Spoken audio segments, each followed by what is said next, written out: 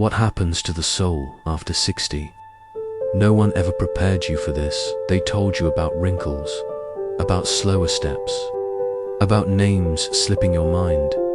But no one ever told you what happens to the soul after 60. No one warned you that you might wake up and feel not dead, but fading, like a voice too soft to be heard. They told you about wrinkles, about slower steps, about names slipping through your fingers like sand. But no one ever told you what happens to the soul after 60.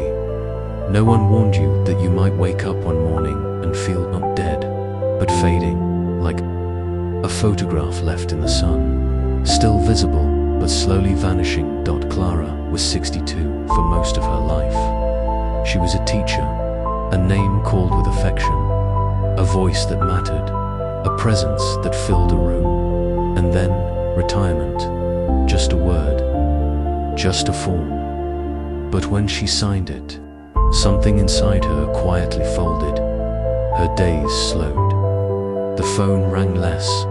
The hallway no longer echoed with tiny footsteps or chalkboard laughter.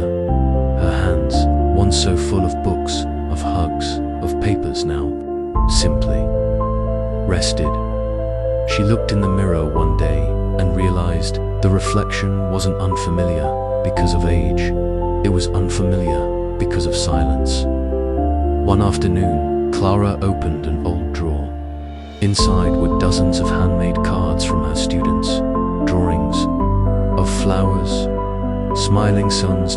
Messy handwriting saying, "You changed my life. You made me believe I was enough."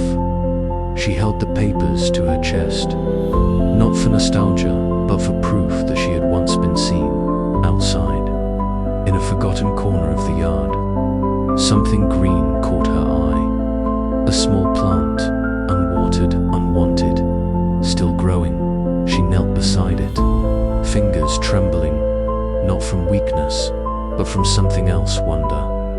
That night she spoke to the plant, not out loud, not quite, but with her soul. And the next morning, it had grown. She smiled, not with her lips, but from a place deeper, a place she hadn't felt in years. Something inside her shifted, something ancient, something sacred. Over the next days, Clara tended to the small plant.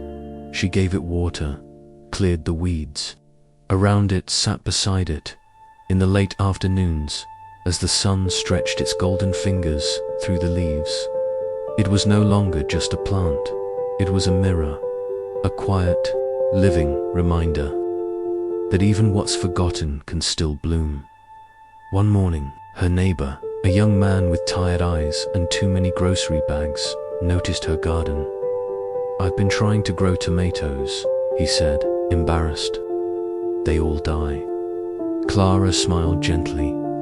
"Maybe they just need someone to believe in them." He laughed, like people. She didn't answer, just handed him a small packet of seeds. Later, he returned with a friend. Then 2 more came. Soon Clara was gently guiding a small group in her backyard, sharing stories, laughing over soil, teaching them not just how to grow food, but how to listen to things that don't speak each week.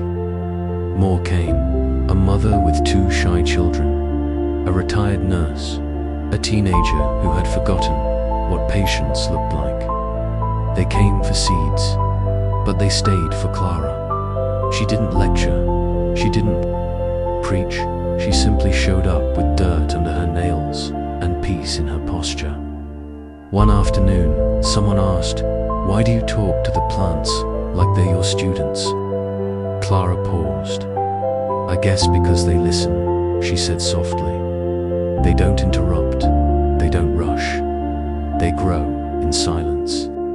That night, as she watered the garden, she realized she was no longer invisible. Not because people needed her, but because her soul had started whispering again. And someone, finally, had leaned in to hear. They never told you what happens to the soul after 60. They warned you about bones, not about memory, not about letting go. But they forgot to mention that after your soul doesn't shrink.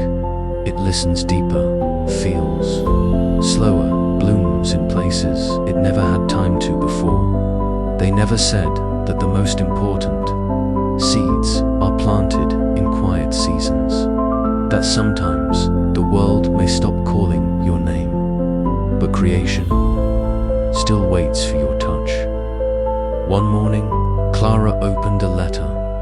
It was from a former student, now an adult, writing, "You once told me I had something special inside. I didn't believe it then, but I do now.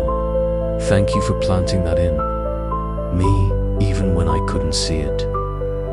Clara folded the letter gently, stepped outside, and stood in the middle of her garden.